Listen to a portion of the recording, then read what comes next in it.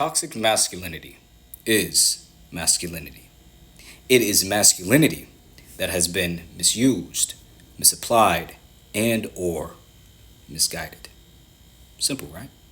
But for whatever reason, there are men, specifically men within red pill space, who deny its existence. They claim it's not real. But hopefully with this definition, you're able to put two and two together. In case not, let me give you an example. But one thing I want to make clear is that masculinity in and of itself is not toxic. It only depends on how you use it. It only depends on how you apply it and how you guide it in your life. And so let's give an example here. The masculine trait known as aggression. That's the easiest one. And let's say a person is trying to attack you and your family. I believe that would be a necessary situation to apply or to utilize the masculine behavior, the masculine trait known as aggression, because you're utilizing it properly.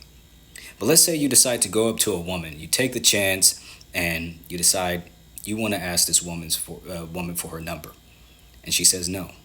She says she's not interested. She says she has a boyfriend. Whatever it is, you don't like that answer, and so you get aggressive. You decide to degrade her. You decide to demean her. You decide to insult her. Or in some cases, there are men who decide to physically harm women who deny their advances.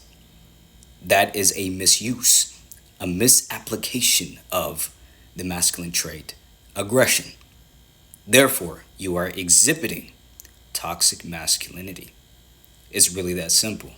Sorry I have to explain it so slow, but for whatever reason, a lot of men, specifically men within red pill space, like to deflect to the idea that people just hate men, or people just hate masculinity. They hate to see men actually standing up for themselves. Like, no, my dude. This is where you are exhibiting your toxic masculinity, unable to be reflective on the behaviors that you put out into the world because you want to be stuck in your mediocrity.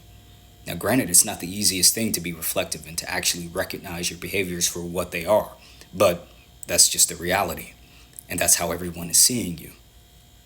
No, recognizing toxic masculinity does not mean you have to shrink yourself. It does not mean you have to become effeminate.